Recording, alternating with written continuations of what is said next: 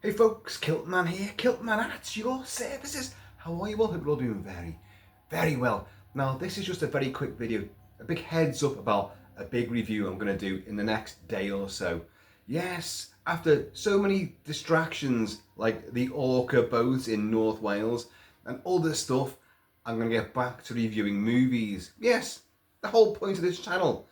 And we're going back to basics.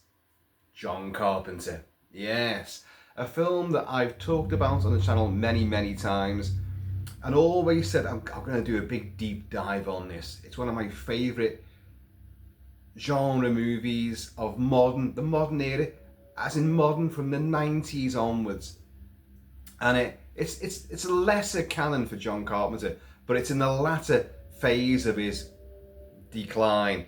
But it's a high point in that decline. And it is, of course, the Lovecraft and Stephen King inspired In the Mouth of Madness from 1994. And yeah, I have reviewed it on other platforms. I did a massive essay on it for AB Forums many moons ago. And but I haven't really gone to town on it on the channel. And I do love this one. It has a lot of detractors. Whereas I can't stand Prince of Darkness for a lot of various reasons, and people love that, and and they live and they love vampires. I don't like vampires at all, but well, I love vampires in general, but not John Carpenter's version of vampires. And you got Ghosts of Mars. Eesh, Jesus, enjoyable hokum, but really bad movie at the same time.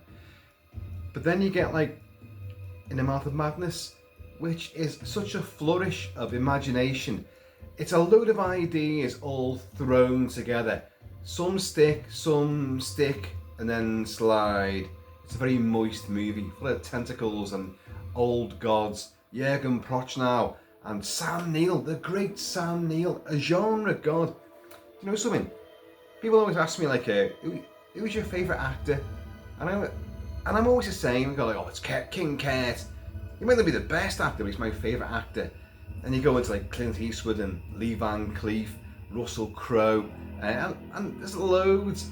And you know what? I always seem to forget to mention Sam Neill. And he's a genre stalwart. He's versatile. A Kiwi actor like Russell Crowe.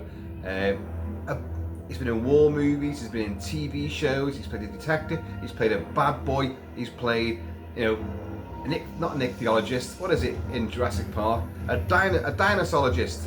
What are those guys? Digging up fossils. A fossilologist. He's played Merlin as well in that fabulous 90s TV miniseries Merlin. Wonderful. And then he did the spin-off from that, which wasn't as good. But he's also played the Antichrist, the son of Satan, in the final conflict, The Omen Part 3. And he's wonderful in that, without a doubt. Possession, yeah, that creepy, bizarre, controversial early 80s, nasty. Great movie, getting remade. I did a video on that, didn't I, a while ago. But he's been so many things, and a wonderful actor. Event Horizon, again, another film I keep meaning to cover. A troubled film, a film that I so want to love, and yet we've been denied the full version. We all know that the Event Horizon goes to hell and all hell breaks loose, and we only see very brief, they're almost like fractured psyche snippets of gore aplenty, and real nasty uber violence and torture and degradation, and but the full version shows a hell of a lot more than that, and we've never had it to this day. But I also think it's great setup, but then it falls apart. But it's a film I love to watch, and I get a real sense of satisfaction from it. So one day I'll cover Event Horizon. I'm really stammering my lines, aren't I? Because when I say to you guys, it's a very quick video, that clicks a button in my head, and I'm like, right, hurry along, Kilty, you haven't got long, because people want their tea, and you're just going to cram this in, a little window of opportunity. So that's why I'm like speeding through it at a rate of knots. But yeah, Mouth of Madness, Lovecraft inspired, very sort of taking on board Stephen King's cult status as the best-selling horror writer, but he's nothing compared to Sutter Kane, of course. Do you read Sutter Kane? And obviously a big axe comes into play, because if you don't read Sutter Kane, whoosh, and it's really, really enjoyable. You've got Julie Carmen in there as well, who of course was in Fright Night Part 2, and the Milagro Beanfield something or other, can't remember now, and she's good, but she has some apocryphal line delivery. There is and in the big review I will go at length about this. I'm not meant to review it right now, but you know what I'm like, I'm going to run on with myself, aren't I? There's a great scene where she's basically saying, like, she's in this book, the book, Sutter Kane's new book, is going to foretell the end of the world. It's going to bring forth the eldritch gods, the old ones, very Lovecraftian, are going to come through, and because of Sutter Kane's writings, they've controlled him. All hell's going to break loose on planet Earth for mankind, and of course it does. And it's a whole mindfuck. It's a trip, into reading between the lines, basically. And she realizes she manages to read the end of the book, basically, because he holds it ahead, like, read that. Lightning flashes, and she read the whole thing, and she knows she's not in it at the end of the book. So she's got a job to do, and she says to Sam Neill, I can't do it. I'm losing me, and it's one of the worst monotone line deliveries that I've ever heard. And the thing is, in that entire sequence, that's how she sounds, and it's a really pivotal scene of my God, what's happening? And it's clever because I'm losing me, because she did exist, but now she's being written out, and it's such a clever sequence. But Julie Carmen, just her voice, it just doesn't work, Anyway, but besides little things like that, and special effects from the KMB group, Robert Kurtzman, Greg Nicotero, and Howard Berger, KMB, who were geniuses back in the 80s and in the 90s. Their effects in this I love, but they had a lot of detractors. They're very rubbery effects, and they do look profoundly fake. We are not talking Rob Bottin here. If only Carpenter could have got Rob Bottin to do the effects for this. But I also think it's part and parcel of the charm, and the kind of like, are we really seeing what we're seeing? They look like movie special effects, and a movie version of Sutter Kane's last book is going to play a huge part in the apocalypse. Spoiler alert, something chronic here, but I love the movie. But the effects, there was a famous critique of it that said special effects that would shame the insides of a cornflakes packet, meaning those little toys you got in cornflakes and cereal packets. And that, me and a lot of my friends at the time were hooting about that, because we can see what they mean. They're not bad for what they are, but this is a film from the approaching the mid-90s. You'd had Jurassic Park with Sam Neill. You'd had a lot of great stuff, real profound advancements in CGI and animatronics and prosthetic makeup effects. And this film seems to take a back seat. It's almost, the effects are on a par with, I'd say, the things from House, which, of course, I've reviewed House, and I love House. Wonderful, wonderful movie. But those effects, they're of their time, and they're full of charm and nostalgia. And I'm afraid this film, 10 years later, they don't look any much better, I'll be honest with you. But the film has so many different flourishes and weirdness. It is like, oh no, I'm not going to say it, because I'm going to chew up some of the lines we're going to use in the big review for it. So I'm not going to do it right now. But I've got some great little metaphors and allegory, aplenty. And the reason why I'm doing it, after all these years of speaking about it, I'm going to do a big deep dive on this movie one day and never got round to it. It's because now I have the 4K. No, not the limited edition 4K with the posters and the book and all that. Not that one. This is the standard edition 4K. And this arrived today, courtesy of Sir Astra of the Dime, your friend of mine, a traveller in time, Astra of the Dime. And this arrived, and I haven't even broke the seal on it yet. But so I'm going to probably watch it maybe tomorrow. There's so much sport on. The big screen is dominated by Wimbledon and the World Cup, and it's just, I'm going to look in there. So it might have to be tomorrow morning before I watch this. But then you're going to get a full big review. And also, folks, in 2 days' time, it's Evil Dead Burn as well. Hang on, today's Monday, so we've got Tuesday, we've got, I'm seeing it Thursday on a preview, Thursday afternoon. So you might get my review of that. Well, you will get something Thursday sort of evening. And what's going on here? Got one of them ridiculous sort of strands. It's like one of them little mics, you know, like FBI sort of thing. Need a pair of dark glasses on, and this will be my radio mic, you know. Hairy mic. So let's just break this and see if we can if there's anything inside, like maybe an art card or two. I don't know. It might be. But with standard editions, you don't tend to get much, do you? But it's a lovely, sort of very Lovecraftian image on there. Not the original artwork, of course. That would be no. And Arrow, because it's from Arrow, always put in like a card with like a future release or another release. And yeah, we get Pelican Driver. I'm sure there's fans of that. Until I just took that card out there, I've never even heard of it. So I don't know. Could be great. One doubts it, but do you read Sutter Kane?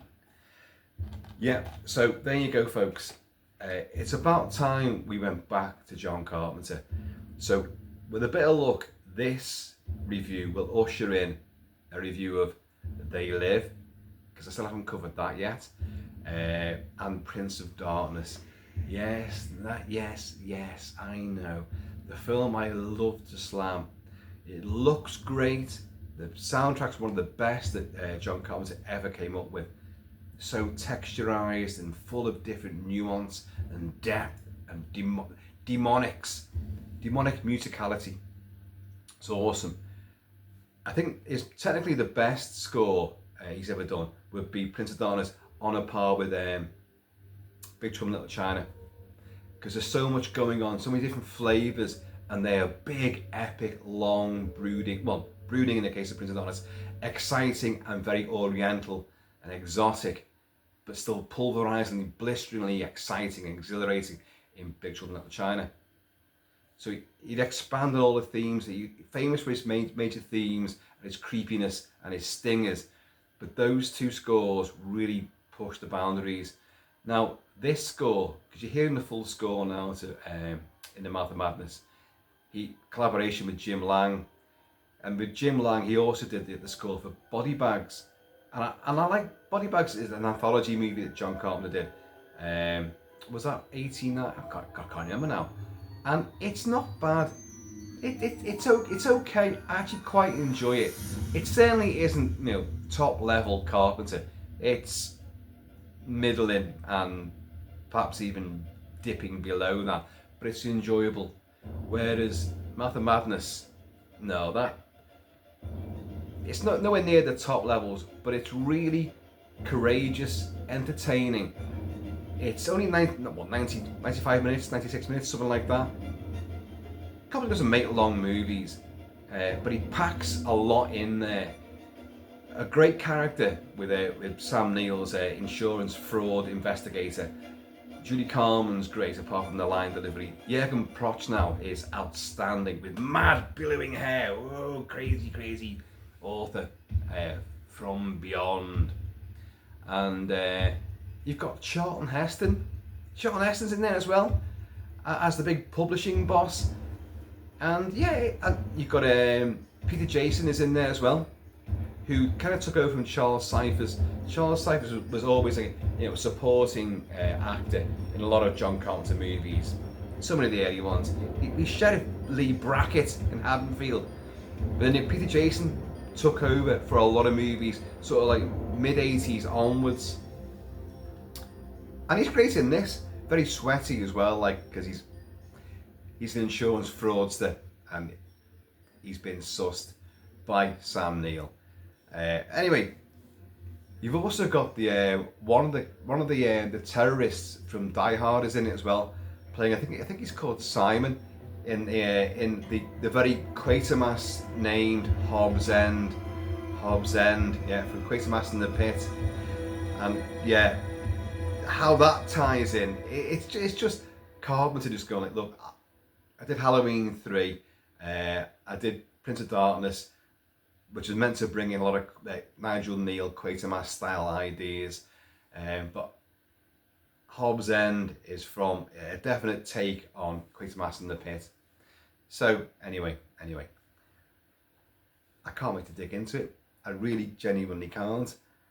So although I've got multiple versions of this, I actually didn't have the 4K. So with Gary B. Kibbe's cinematography, yes, Kibbe's not as good as Dean Cundy. Who on earth is as good as Vilmos Zsigmond and all that? Like, maybe you've got plenty of cinematographers who are outstanding, who I can't think of right now. But Dean Cundy was, the Steadicam, taking the Panaglide and making it his own. Outstanding stuff. Forever moving, roving through Haddonfield, roving through Outpost 31, roving through the decrepit dystopian New York City. Brilliant. He did Jurassic Park, got an Oscar for it for Jurassic Park, didn't he? I think he did. So that guy knows his cameras, but Gary B. Kibbe then took over and became Carpenter's go-to cinematographer. And although it's not quite as roving, quite as dragging you along with the protagonists, putting you right in the frame and moving you through all the sets, not quite like that, but still gorgeous to look at. It is good. It's great, colourful, florid cinematography, rich and warm, and very involving. And this has got that in spades. And incidentally, me and Mrs. KILT-MAN went out last night and went to our local boozer, as usual. And on a Sunday night at 6:30, you have a band playing at 6:30. And the band, I've talked about them before. I did a video only about 2-3 months ago about them because they played some great stuff. They're called The Undertakers, and these guys are pushing up daisies. These guys are from beyond the grave. They used to drive around in the 60s in a hearse, and they were still called The Undertakers when they were young, but now they're in their 80s. Some of them have died, some of them probably are dead, but they're still playing along. And they have the legendary Saxophone Jones, Brian Jones, known as Saxophone Jones, he's the eldest one. He's probably about 95, and he's still giving it loads on the saxophone, belting out uber track after uber track and really giving it some. Now their drummer, a very old guy with a very wizened face, has what must have been back in the day very Brian May like hair, but his hair's gone very white. It's totally white, shockingly white, and it's pulled right the way back from his fod, so it's just at the back there, but it comes down in a big cascade of very flimsy sort of follicular geriatric nightmare. And he looks just like, in The Mouth of Madness you have the cyclist. It starts off as a little boy, but he's got the Joker and the King of Hearts, I think it is, clipping round in his spokes. And but he becomes he's obviously a phantom, and you see him as the older version from beyond the grave, and he's same clothes, denim jacket, jeans on, riding the bike, but he's an old guy with this fright wig of completely pure white hair, and he's a dead ringer.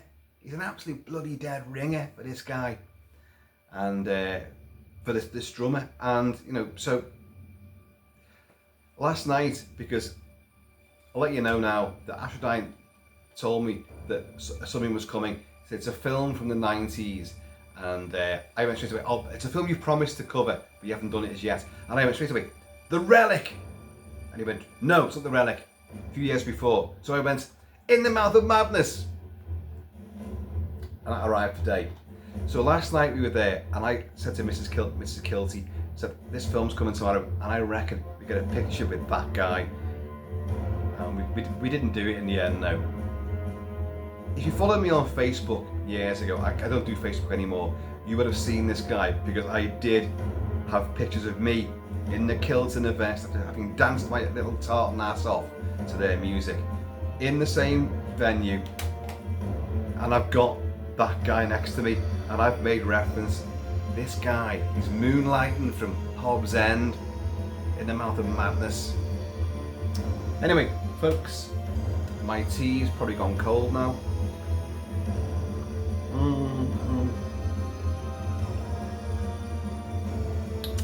In other news, we are now entering another heat wave, another UK heat wave, and they've been falling over themselves to say like, oh, this one, it's going to be hot temperatures, but nowhere near as humid. I'm not too sure about that, because yeah, I am absolutely drenched. I am as moist as the effects in the film In the Mouth of Madness.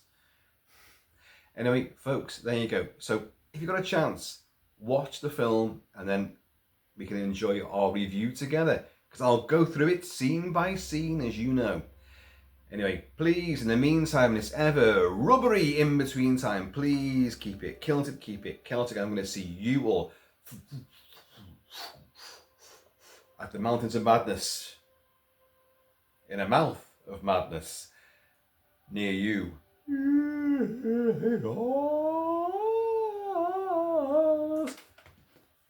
you read Sutter Kane? Well, yes I do, actually. And I'm mad.